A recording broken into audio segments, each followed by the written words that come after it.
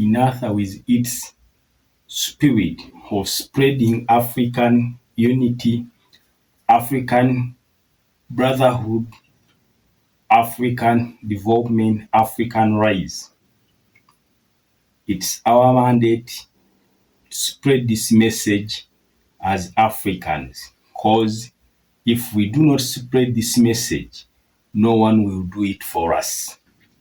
We take this opportunity to thank the entire continent of Africa, each nation that represented African football, to thank every country in the AFCON who has contributed and who has participated in the AFCON 2026. It's our responsibility as Africans to love African things, to support African things, and to trade African things. So we love each and every nation in Africa that successfully qualified for this tournament, and we thank every nation for the determination, for the courage, and for the spirit to carry its name for the sake of this tournament. It's not just a mere tournament, but it is a world of sports that can make the development of Africa as a continent. So we are, as the fans, we who lack the financial support or the financial ability to travel to go to Morocco to watch these matches live, but we were wherever we are to watch these matches on screens in the cinema halls whenever we found the opportunity to watch them. So we love our boys because they did really a so grateful and a wonderful job towards making this tournament an amazing thing, especially on the continent of Africa and in the face of the European countries. We are so much thankful for the representation we had, especially in my nation, Uganda, where our boys managed to go and struggle for this tournament. But since one who prepares most is the one who wins, we were not able to go along with. But that does not make us to lose the hope, to lose the courage, because today we failed. But I think it's just a process that we are going to prepare more for another time. So we thank our boys who supported us. We thank our boys who carried the Uganda flag within their hearts, who did everything that they had the ability to make sure that they represent our nation, Uganda, so well. But because of God's way of doing things, we were not able to win this tournament. But we thank our players, and we thank the government, we thank the management, and everyone who contributed to make this tournament a wonderful process. So within that line, we need to thank the host nation, Morocco, for making this tournament a colorful and for making its place a wonderful place for the players to live and to enjoy the matches. Because if the nation is at war, there is no way we can be able. Because if the nation is at war, there is no way we can host these major tournaments.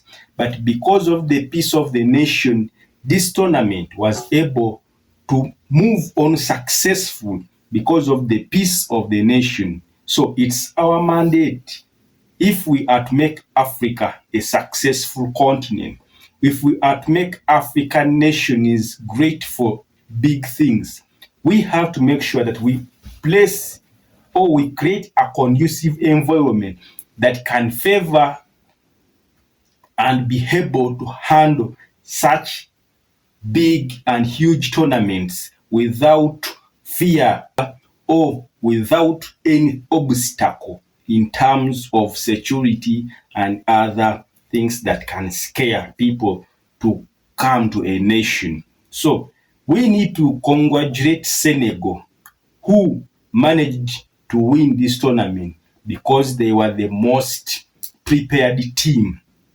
As the African unity, they show the spirit after these things that we experienced in this dramatic final.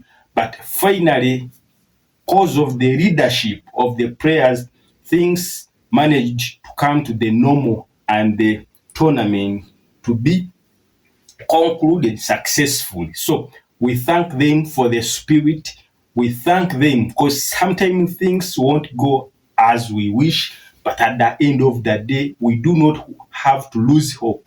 We do not have to give up because they have not gone the way we wanted or we hoped they should go. But we have to keep believing. We have to keep pushing because we never know. At the end of the day, we might be the one who will be crowned the kings. But once we give up because of certain circumstances that didn't go according to how we planned, we may end up losing major things that are ahead of us. So, congratulations, Senegal, through your leadership. So, it gives us a lesson as Africans on how we are about to go or how to improve things according to the standard that can favor our tournaments if we want to rise and make Africa a great continent. Because we have to view football not as an entertainment industry, but we have to see football as a major sector that has hoped to shape continents like Europe.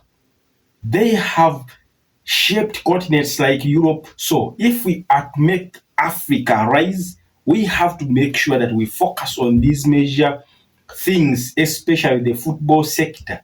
The football sector has hoped to change lives of our brothers and sisters in Africa, within Africa, and those outside Africa. So it's through empowering this football industry is that we are going to make Africa a great continent and we are going to make our nations great nations. So we have to make sure that we do not take talents for granted because our brothers are really making a successful change of lives within their communities.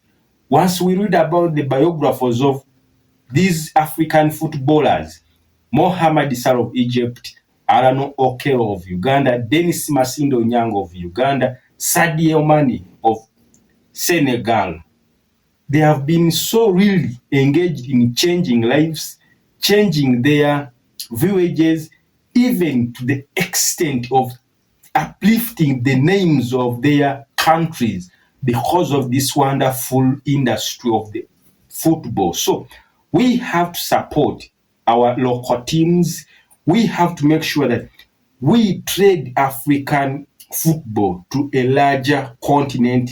We have to make sure that we engage in these activities. Once these tournaments are hosted, we have make sure that we provide them with the necessary things that are needed. Because if we do not do such things, it means that we are going to hinder the development of our nation. So we have to make sure that football, we take it as a serious business because it has changed the lives of many people in Africa. Not only changing the people of Africa, but it has helped to change our locations, to change our lives. Because when one succeeds in the football industry, it means that he is going to make sure that their homes, their villages, their countries won't remain the same. So We thank you.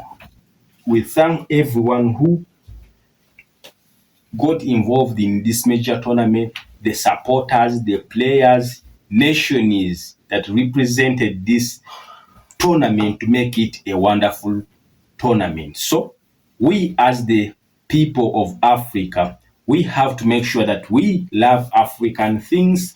We have to make sure that we support African things. We have to make sure that we love, care, and respect African things. Because if we do not do like that, none is going to do it for ourselves. So it's our individual as Africans to make sure that we do not take everything for granted, but we have to put value in each and everything that we aspire to do. So, in the process of making Africa great, we have to make sure that we take these sectors as important things because these sectors bring a lot of people together. They make people unite, they make people make friendships. So we have to be able and be careful as to how we can handle these kind of major tournaments and major events that we host in our nations. So it's our responsibility to make our places a safer place for so that these tournaments, these big events can be hosted in our countries without fear of insecurities, without fear that peace is not available in that country. So it's our role, it's our responsibility to make this planet a good living place for each and everyone. It's our responsibility to promote peace. It's our responsibility to make sure that this world is a wonderful place for each and everyone to live. Let's make peace, love, and unity reign the world. We love you all for God and our continent, Africa.